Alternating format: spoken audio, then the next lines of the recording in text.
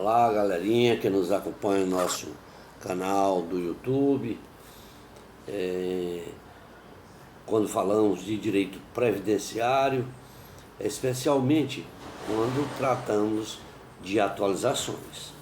Em nossa última atualização, nós falamos um pouco sobre o pedido da aposentadoria do agente penitenciário. Hoje nós iremos comentar um pouco sobre o direito previdenciário e a aposentadoria dos professores. Antes de iniciarmos, eu gostaria de pedir a todos que nos acompanham, aqueles que nos acompanham, que ainda não fizeram a sua inscrição, que façam sua inscrição e nos ajudem a dar continuidade ao nosso canal, fazendo a sua inscrição. E aqueles que veem essas atualizações pela primeira vez, também peço, ao assistir as atualizações, façam a sua inscrição, nos ajudando a melhorar o conteúdo do canal, tá? Ficaria muito grato a todos. O nosso intuito aqui é informar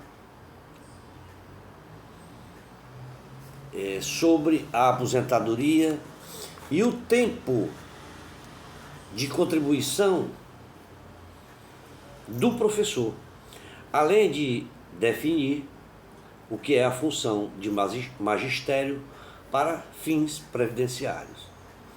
Se observarmos o anunciado número 9 do Conselho de Recursos da Previdência Social, o famoso CRPS, ele vem a tratar da aposentadoria e do tempo de contribuição do professor, além de definir o que é a função de magistério para os fins previdenciários. Senão, vejamos, lá, vamos abrir aspas, lá diz o seguinte: o segurado que exerça funções de magistério nos termos da lei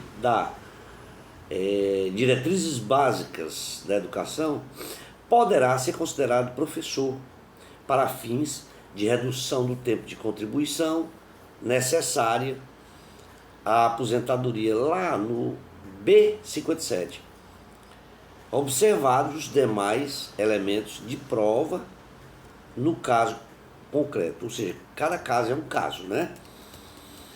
Bom, lá diz também, lá no seu inciso 1, que considerando-se as funções do magistério, as efetivamente exercidas, né, nas instituições de educação básica, incluídas, além do exercício da docência, as de direção de unidade escolar e as de coordenação e assessoramento pedagógico, inclusive nos casos de reintegração trabalhista transitada em julgado.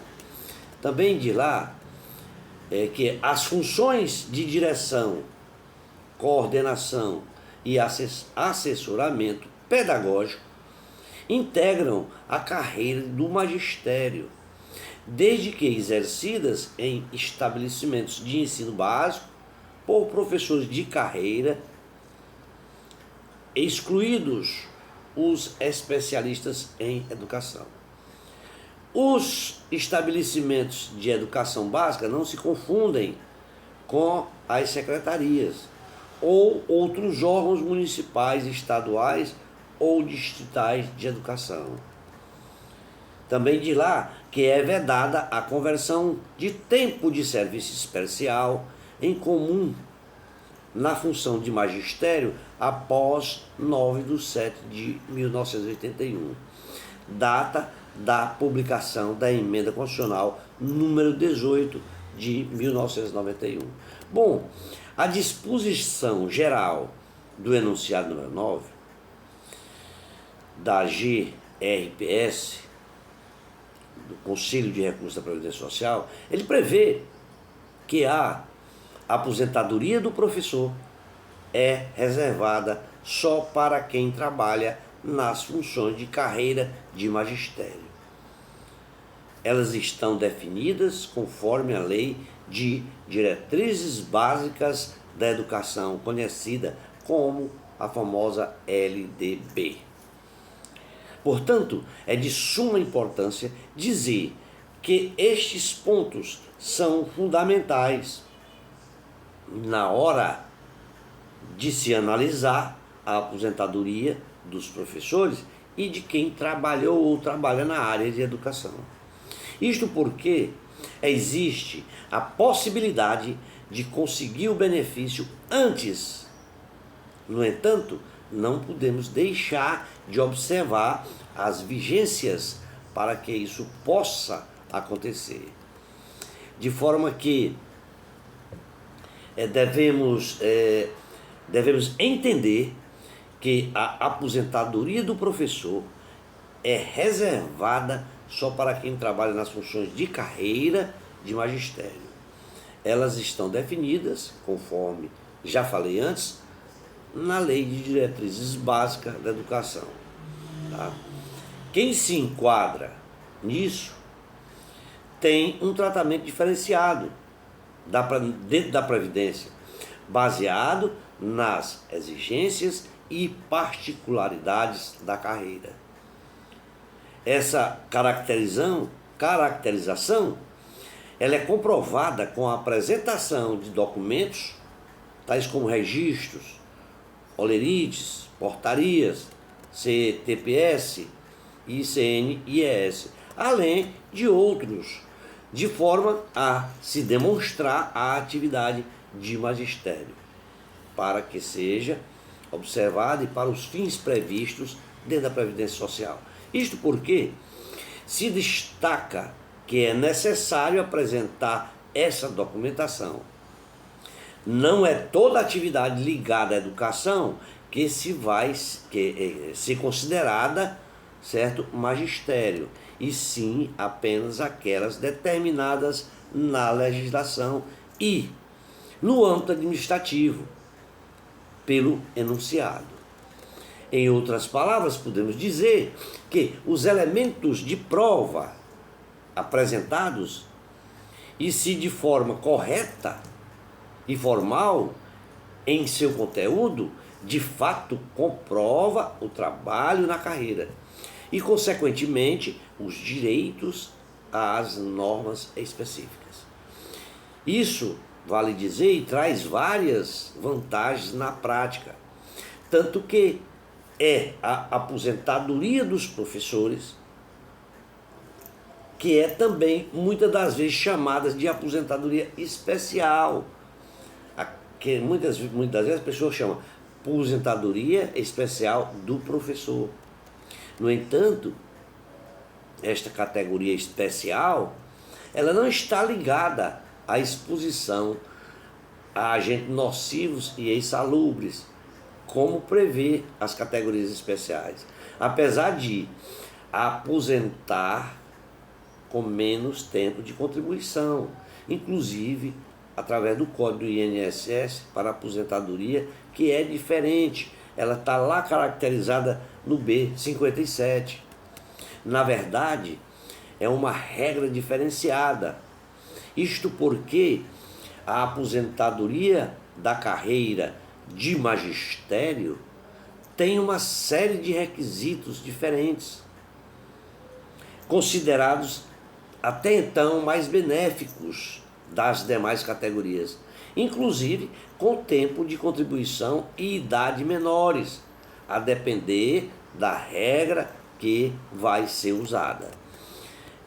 Quanto aos requisitos da aposentadoria do professor, para lembrar que lá no artigo 201, inciso 7º da Constituição Federal, ela garante a aposentadoria no regime geral da Previdência Social aos que tenha 65 anos de idade para homens e 62 anos de idade para mulheres, com o mínimo de tempo de contribuição.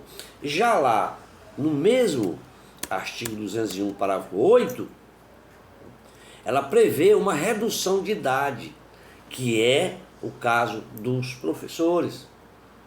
Lá no parágrafo 8 diz lá, o requisito de idade a que se refere o inciso 7º, o inciso 1 do parágrafo 7º, será reduzido em 5 anos para professor que comprove o tempo efetivo no exercício das funções de magistério na educação infantil e no ensino fundamental e no médio fixado em lei complementar. De forma que quem se enquadra nas funções de magistério pode se aposentar com a idade de 60 anos se homem e 57 anos se mulher, porque reduz 5 anos. Porém, para quem era segurado do INSS antes da reforma, ainda existem as regras de transição, que podem ser até mais vantajosas, como no caso do artigo 20, parágrafo 1º da Emenda Constitucional 103 de 2019, que traz a regra do pedágio de 100% para o professor. Ela prevê uma idade mínima de tempo de contribuição e pagamento do pedágio com os seguintes requisitos: 52 anos de idade para professor e 55 anos de idade professora, né? 52 anos para a professora e 55 anos de idade para professor. 25 anos de tempo de contribuição para a professora e 30 anos de contribuição para professor. Esse é o pedágio de 100% do tempo que, na data da entrada em vigor da Emenda Constitucional 103 de 2019, faltaria para atingir o tempo mínimo de contribuição exigido, que era justamente de 25 anos se mulher e 30 anos para homem. Esta regra de transição, ela é bem interessante para que os professores que estavam ali para se aposentar, próximo ali àquela data de 13 de 11 de 2019, que é a data da lei, porque permite, uma vez pago o pedágio, se aposentar mais cedo, sem ter que trabalhar até os 57 anos ou até os 60 anos de idade. Só que devemos entender que esta regra de transição ainda traz uma idade mínima, que é menor. No entanto, ela abre espaço para considerar uma outra possibilidade: a aposentadoria do artigo 5º, parágrafo 3º da Emenda Constitucional 103 de 2019, que é a regra de transição por pontos do professor sem idade mínima, com as seguintes exigências: tempo mínimo de 25 anos de contribuição para professores e 30 anos para professor. Pontuação crescente, somando-se a idade e o tempo de contribuição. A vantagem é justamente que não há idade mínima, desde que a soma da idade do professor com o seu tempo de contribuição atinja os pontos exigidos portanto, aí, aqueles pontos exigidos, que é um direito ao benefício. Então, quando você atinge esse ponto, há um direito ao benefício. Não podemos deixar também de observar e saber o que é considerado função de magistério. Porque existem algumas atividades que estão fora da lista, mesmo na área da educação. A função de magistério está prevista no caput do enunciado número 9 do CRPS, que garante que quem exerce funções de magistério conforme a Lei de Diretrizes Básicas pode ser considerado professor e ter uma redução na exigência do tempo de contribuição para a aposentadoria. Para tanto, deve comprovar esta atividade, né? Também está lá previsto, lá no seu inciso 1 do enunciado, que define quais são as atividades que podem levar ao enquadramento. Lá ele diz que são funções de magistério as efetivamente exercidas em instituição de educação básica, desde que seja docência, direção de unidade escolar, coordenação e assessoramento pedagógico. Estas são as categorias que podem ser consideradas como magistério. Tudo isto é fundamental para quem trabalha com educação e que tem o desejo de se aposentar mais cedo. Como já dito, apenas quem de fato se enquadra nas funções definidas como a de magistério, como a que eu citei agora, que estão nessa lista que eu citei, é quem tem direito a esta redução. Afinal, apesar de muita gente chamar de aposentadoria especial de professor, na verdade se trata da carreira do magistério. Ou seja, não é aposentadoria especial de professor, é aposentadoria da carreira do magistério, que, segundo a Lei de Diretrizes Básicas de Ensino, a LDB, as funções de magistério são exercidas por professores ou especialistas em educação e que devem ser atividades educativas em estabelecimentos de educação básica, como docente, na direção, coordenação e assessoramento pedagógico. Vejamos, portanto, agora o que diz o artigo 67, parágrafo 2º da Lei 9.394, de 96, que é a Lei de Diretrizes Básicas.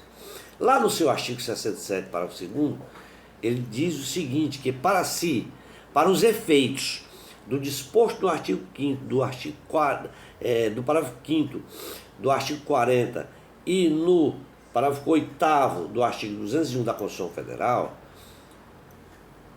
são consideradas funções de magistério as exercidas por professores e especialistas em educação no desempenho de atividade educativa, quando exercidas em estabelecimento de educação básica em seus diversos níveis e modalidades, inclusive além do exercício da docência, as de direção de unidade escolar e as de coordenação e assessoramento pedagógico. Bom, se bem observarmos, a parte final do inciso 1º do enunciado, ele fala que, mesmo nos casos de reintegração trabalhista transitada em julgado, o tempo nas funções definidas como magistério vão contar para fins previdenciaristas, ou, aliás, previdenciários. Portanto, é de bom alvitre, é de bom tom, que possamos tomar cuidado na hora de analisar se a ação na Justiça do Trabalho ainda está em curso ou se já terminou, ou se já transitou em julgado. Se já não cabe mais recurso, esse tempo, se não houver mais condição de recurso, esse tempo ele pode ser usado. Haja vista que, em alguns casos, não é em todos, há disputas envolvendo o direito de reintegração do professor ao emprego depois de um período de afastamento ou período de demissão. Então, essa parte do enunciado, ele é favorável aos segurados e até além da previsão da lei. Bom, também não podemos deixar de esquecer que as situações envolvendo os profissionais da educação sob direção, coordenação e assessoramento na carreira de magistério, isto porque lá no inciso 2º do enunciado número 9, detalha um pouco mais as funções que integram a carreira de magistério. E a princípio não traz nenhuma novidade, ou seja, determina que direção, coordenação e assessoramento pedagógico também integram a carreira de magistério, assim também como a docência propriamente dita. Na sequência, diz que essas funções têm que ser exercidas em instituições de ensino básico, ou seja, na educação infantil, fundamental e ensino médio. O ponto de conflito entre a posição do Conselho de Recursos, o CRPS, e a Lei de Diretrizes Básicas da Educação é justamente o final do inciso 2. Isso porque ele traz lá a exclusão dos especialistas em educação, das funções de magistério. Assim sendo, essa CRPS, ela entende que apenas professores de carreira podem ser caracterizados desta forma, dentro do magistério, né? Já a Lei 9.394, ela não faz nenhuma definição, ela permite apenas que os especialistas sejam considerados como integrantes da carreira de magistério, desde que exerçam as funções típicas. Bom, como vimos, outras profissões, além da docência, mas dentro da área da educação, elas podem ser consideradas de magistério. Como exemplo, citamos a coordenação e a direção. Acontece que existe um ponto de restrição para isso, que é justamente o local do desenvolvimento dessas atividades. A Lei de Diretrizes Básicas, ela prevê que elas devem ser exercidas em estabelecimentos de educação básica, ou seja, é escola de ensino infantil, fundamental e médio. Portanto, pela previsão do inciso 3º do enunciado número 9, existem tais situações que não, porque as secretarias e outros órgãos, como diretorias de ensino, núcleos de educação, entre outros, sejam eles estaduais, municipais ou distritais, não são considerados como estabelecimentos de educação básica, tá? Ou seja, apesar da legislação e do próprio Conselho de Recursos, certo? Lá no 9, no enunciado número 9, eles garantirem a redução de alguns requisitos aos integrantes de carreira de magistério, há limitações. Isto é, o local do exercício das atividades, que é uma dessas limitações, tá? Por isso, apesar de várias atividades da área da educação se enquadrarem na carreira de magistério e, portanto, permitirem a aposentadoria antecipada com requisitos diferenciados, essas funções devem ser desenvolvidas na prática em escolas, trabalhar em funções iguais ou parecidas, mas em outros estabelecimentos, como as faculdades, universidades, que não permitem ter essas vantagens. Por isso é que devemos observar que na hora da análise, que é muito importante ficar-se de olho em que lugares foram exercidas as profissões, em que lugar foram exercícios tais profissões, que tudo isso pode fazer um grande diferencial, tá? Para finalizarmos e não ficar cansativo para todos vocês, importante se faz dizer e frisar que antes de qualquer decisão tomada pelo professor ou professora, se faz necessário observar os enunciados do CRPS, principalmente nos casos de revisão e de recursos administrativos. Obrigado a todos. Vamos ficar por aqui. Esperamos ter contribuído com todos vocês. Forte abraço e até uma próxima atualização. Abraço a todos.